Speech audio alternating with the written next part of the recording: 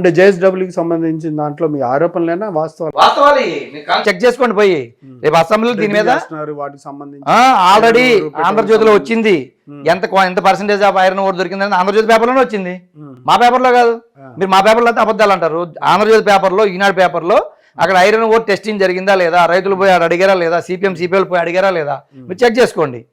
ఎందుకు మీరు ఐరన్ ఓర్కి ఇచ్చారంటే మా ఎమ్మెల్యే ప్రెస్ మీట్ పెట్టి మీకు గత ప్రభుత్వంలోనే జీవో ఇచ్చారు, గత ప్రభుత్వంలోనే జేఎస్డబ్ల్యూ వచ్చిందని చెప్పారు.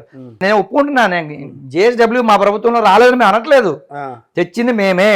కానీ మా ఉద్దేశం ఏంటి, ఓన్లీ జేఎస్డబ్ల్యూ ఫ్యాక్టరీ పెట్టడానికి మాత్రమే 4,000 ఎకరాలు ఇస్తామని చెప్పాము. పోర్టులో 2 బెర్తులు 30 ఏళ్ళు లీజుకి ఇస్తామని చెప్పాము. కొత్త బెర్తులు వాళ్ళు పెట్టుబడి పెట్టి కట్టిన బెర్తులే అని చెప్పాను తప్ప మైనింగ్ మేము ఇస్తామని చెప్పలా.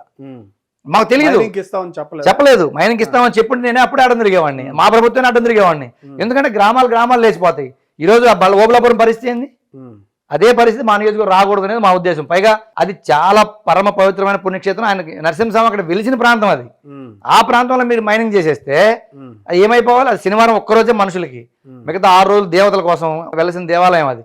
ఆ చుట్టుపక్కల మొత్తం మీరు ధ్వంసం చేసేస్తే, మీరు 100 అడుగులు మైనింగ్ చేసేసుకుంటే ప్రజలు ఏమైపోవాలి, అటు వచ్చే పొల్యూషన్ అంతా ఎవరు ఎఫెక్ట్ చేస్తారు?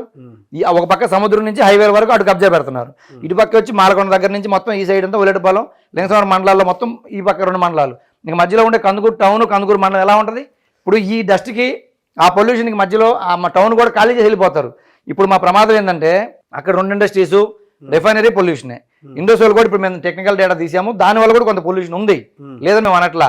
వాళ్ళు సముద్రంలో వదిలిపెడతామని చెప్తున్నారు. ఆ 2 ఇండస్ట్రీస్ ఆ పక్క వచ్చి ఈ పక్క మైనింగ్ వస్తే మధ్యలో టౌన్ ఉండే పరిస్థితి లేదు.